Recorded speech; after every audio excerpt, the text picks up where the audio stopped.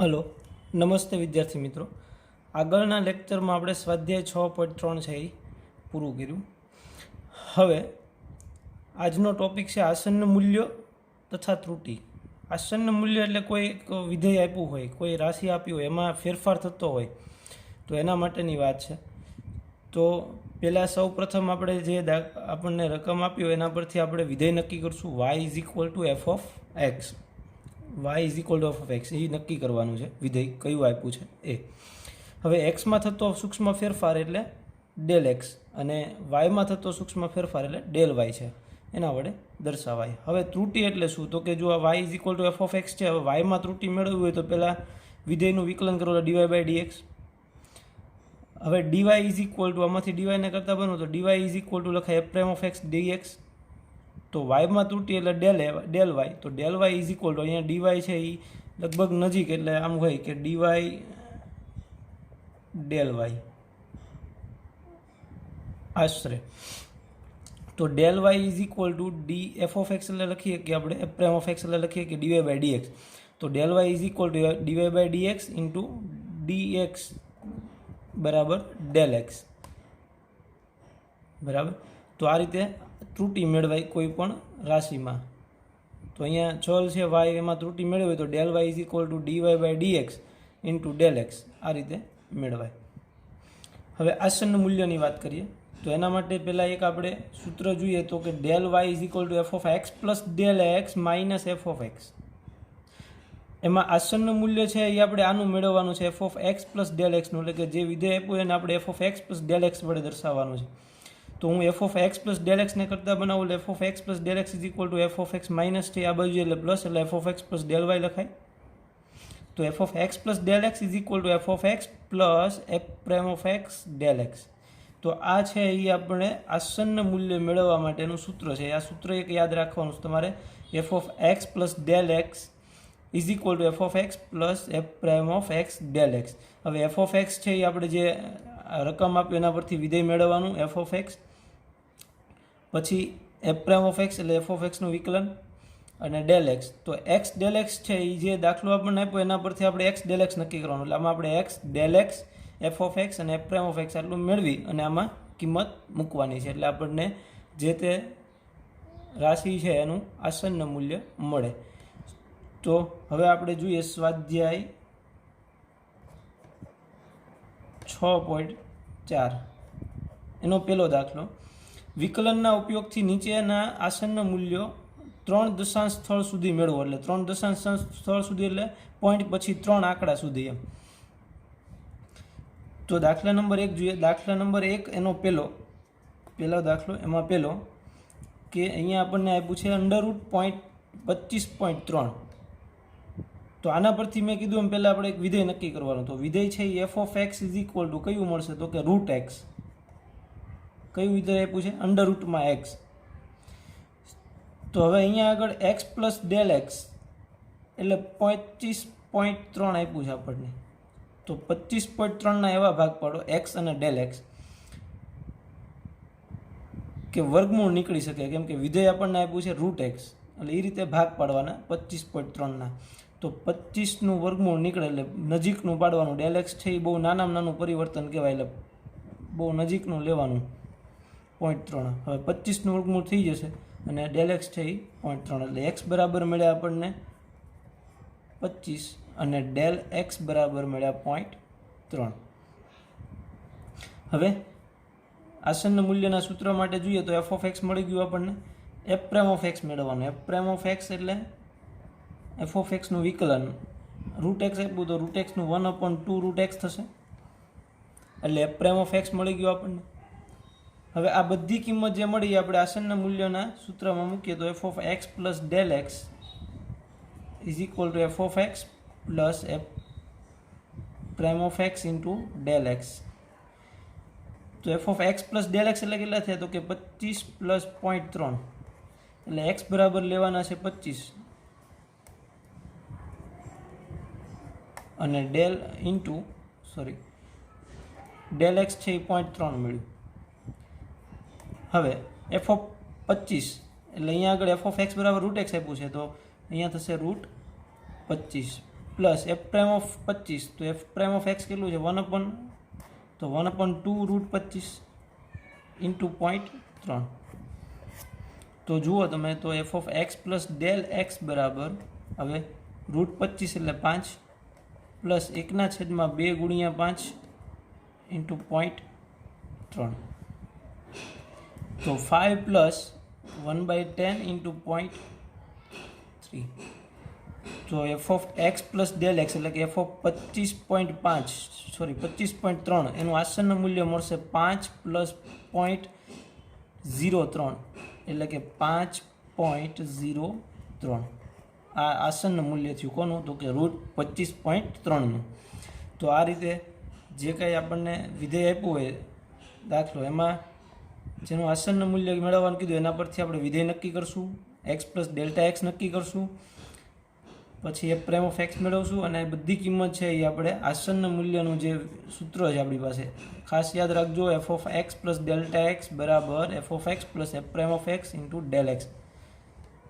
Ready? હવે next દાખલાઓ જોઈએ.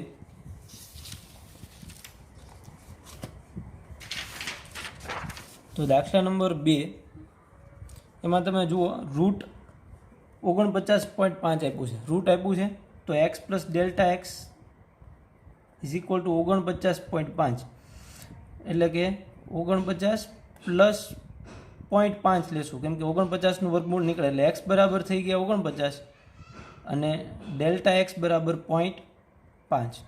હવે આગળ જોયું એમ કે એફ ઓફ એક્સ, તો એફ ઓફ એક્સ આમાં પણ રૂટ એક્સ આપ્યું છે એટલે એફ ઓફ એક્સ બરાબર રૂટ એક્સ અને એફ પ્રાઇમ ઓફ એક્સ થશે 1/2 રૂટ એક્સ. હવે આસન્ન મૂલ્યનું સૂત્ર જે છે f of x plus delta x is equal to f of x plus f prime of x into del x. એ સૂત્ર મૂકી એમાં બધી કિંમત મૂકો અને સાદુરૂપ આપો. એ જ રીતે દાખલા નંબર 3, એમાં પણ રૂટ આપ્યું છે, પણ એક્સ પ્લસ ડેલ એક્સ બરાબર કેટલા આપ્યા છે જુઓ 0.6 એટલે કે 60 લખીએ કાંઈ 0.60. હવે એના ભાગ રૂટ પડે એ રીતે પાડવાના છે એટલે કે 0.64 અને માઇનસ 0.04 એમ લખાય. 0.64 માઇનસ 0.03 એટલે એક્સ બરાબર થઈ ગયા 0.64 અને ડેલ એક્સ થઈ ગયા માઇનસ 0.04. હવે એફ ઓફ એક્સ એટલે root x, F prime of x એટલે 1/2 રૂટ એક્સ અને પેલા સૂત્રમાં કિંમત મૂકો એટલે જવાબ મળે, આસન્ન મૂલ્ય. એ જ રીતે દાખલા નંબર 4 જુઓ, એમાં ઘનમૂળ કીધું છે અને એક્સ પ્લસ ડેલ એક્સ બરાબર આપ્યા છે આપણને 0.009. તો એના ભાગ કઈ રીતે પાડશું આપણે? ઘનમૂળ નીકળે એ રીતે, એટલે કે 0.008 પ્લસ 0.001. તો એક્સ બરાબર મળ્યા 0.008 અને ડેલ એક્સ બરાબર 0.001. હવે એફ ઓફ એક્સ જોઈએ, તો એફ ઓફ એક્સ કેટલું છે? તો કે એક્સની 1/3. તો એફ પ્રાઇમ ઓફ એક્સ કેટલું થશે? તો કે 1/3 આગળ આવશે અને ઘાતમાં એકનો ઘટાડો એટલે -2/3. હવે આપણે જોઈએ આસન્ન મૂલ્ય f of x plus del x is equal to f of x plus f prime of x into del x. તો f of x plus del x કેટલું છે? તો કે 0.009 એટલે કે એક્સ બરાબર 0.008 પ્લસ એફ પ્રાઇમ ઓફ 0.008 અને del x છે 0.001. તો અહીંયા આગળ જુઓ તો ઘનમૂળ એટલે કે 0.008નું ઘનમૂળ પ્લસ 1/3 ઇન્ટુ 0.008ની -2/3 ઇન્ટુ 0.001. હવે 0.008નું ઘનમૂળ જુઓ તો 0.2 થાય પ્લસ 1/3 ઇન્ટુ અહીંયા પહેલાં ઘનમૂળ લેવાનું એટલે 0.2 અને પછી વર્ગ આપવાનો -2 એટલે 1 આવશે. તો એનો વર્ગ આપીએ તો કેટલું થઈ જશે? તો કે 0.2નો વર્ગ એટલે 0.04 થઈ જશે ઇન્ટુ 0.001. તો આ 0.2 પ્લસ 1/, અહીંયા થશે ઉપરના 2 પોઈન્ટ કાપશું એટલે નીચે 6 વડે ગુણાવો એટલે 0.120, 1, 2 અને 3 પોઈન્ટ કાપવાના એટલે 1000 વડે એટલે 0.120. હવે આગળ સાદુરૂપ જાતે આપી દેજો. તો એ જ રીતે અહીંયા આગળ 1/10 આપ્યું છે જુઓ, એક્સ પ્લસ ડેલ એક્સ બરાબર .999, તો એના ભાગ કઈ રીતે પાડશું આપણે? તો કે 1 માઇનસ લઈ લઈએ, કેમ કે 1/10 દસમૂળ લેવું એટલે 1નું સરળ પડે આપણને, એટલે 1 માઇનસ .001 લઈ લો. 1માંથી .001 બાદ કરો એટલે .999 મળી જશે. રેડી?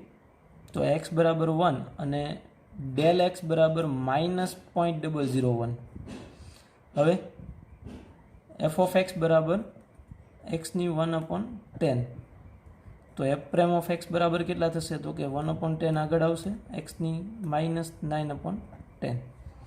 હવે કિંમત મૂકી દો F of x plus del x. F of x કેટલું છે? તો કે x plus del x .999 is equal to f of x. X કેટલું મળ્યું? 1 plus f prime of 1 into -.001 del x. એટલે અહીંયા 1/10 પ્લસ 1/10 ઇન્ટુ 1/-9/10 ઇન્ટુ -.001. તો 1/10 એટલે 1 જ થશે, પ્લસ 1/10 ઇન્ટુ -.001. તો 10 વડે ભાગીએ એટલે હજી એક પોઈન્ટ કપાઈ જશે, એટલે 1 માઇનસ 1,001 એટલે થશે .9999 આનું આસન્ન મૂલ્ય. તો આ રીતે આસન્ન મૂલ્ય મેળવવાનું છે. આગળના દાખલા જોઈએ બધા. તો હું એક્સ અને ડેલ એક્સ તમને મેળવી દઉં. અહીંયા આગળ જુઓ, ચતુર્થ મૂળ કીધું છે 15 આપ્યા, તો 16નું વર્ગમૂળ નીકળશે એટલે એક્સ બરાબર 16 અને ડેલ એક્સ બરાબર થશે -1, બરાબર. અને એફ ઓફ એક્સ બરાબર થશે એક્સની 1/4. તો વિકલન આવડે તમને? એફ પ્રાઇમ ઓફ એક્સ બરાબર 1/4 આગળ આવશે, એકનો ઘટાડો એટલે -3/4, બરાબર. હવે આગળ જેમ આગળની પ્રોસેસ આ દાખલા ગણ્યા એમ. હવે અહીંયા આગળ ઘનમૂળ કીધું ને એક્સ બરાબર એક્સ ડેલ એક્સ બરાબર એક્સ પ્લસ ડેલ એક્સ બરાબર 26 આપ્યા છે. તો 27 ઓછા 1 એફ ઓફ એક્સ બરાબર એક્સની 1/3. તો એફ પ્રાઇમ ઓફ એક્સ બરાબર એક્સની 1/3 આગળ આવશે અને એક્સને ઘટાડો એટલે -2/3. એ જ રીતે અહીંયા ચતુર્થ મૂળ કીધું છે એક્સ બરાબર 256 લઈ લો. 4નું ચતુર્થ મૂળ 4નો વર્ગ 4 ઘાત છે એ 256 થશે. તો ડેલ એક્સ કેટલું થયું? -.1 -1 જ તે.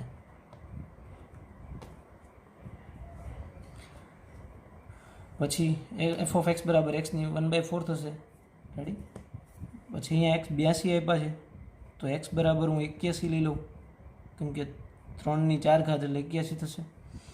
તો ડેલ એક્સ પાછું -1 અને એક્સની ચતુર્થ આગળ મુજબ અહીંયા વર્ગમૂળ આપ્યું છે 401 કીધા, તો એક્સ બરાબર 400 લઈ લ્યો. તો ડેલ એક્સ બરાબર 1. આગળ જાતે ગણવાના બધા દાખલા. અહીંયા .0037 અને વર્ગમૂળ કીધું છે, તો એક્સ ઇઝ ઇક્વલ ટુ .0036 અને ડેલ એક્સ લઈ લ્યો .001 થશે. એ .0037. પછી આગળ મુજબ